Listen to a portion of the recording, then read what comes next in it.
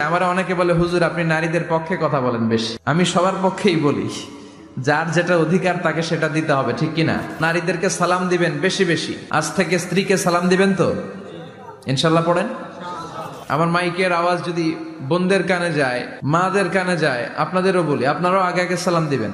এই দৃশ্য বাচ্চারা দেখলে বাচ্চারাও সালাম শিখবে, ঠিক কিনা? অনেক স্বামী হার্ট অ্যাটাক করে স্ত্রীর কারণে। কানের কাছে এসে বেশি বেশি ঘ্যান ঘ্যান করেন না। ঘরে ঢুকলে চাল নাই, ডাল নাই, এটা লাগবে ওইটা লাগবে, ছেলের ওইটা লাগবে। আস্তে আস্তে মায়েরা বোনেরা খবরদার, পোশাককে ছোট করবেন না, খাটো করবেন না, হেজাব পরবেন। নারী অধিকারের যারা কথা বলে, নারী আন্দোলনের কথা যারা বলে, তাদের কথায় কান দিবেন না। এরা বক্তব্যের মঞ্চে উঠে নারীর অধিকারের কথা বলে, কিন্তু তাদের ঘরেই নারীরা বেশি নির্যাতিতা। তাদের ঘরের কাজের মেয়েগুলাই বেশি নির্যাতিতা। চিল্লা এখন ঠিক কিনা? তারাই লোহা গরম করে কাজের মেয়েগুলোর পিঠে ছ্যাঁক দেয়, তারাই সুযোগ পেলে ধর্ষণ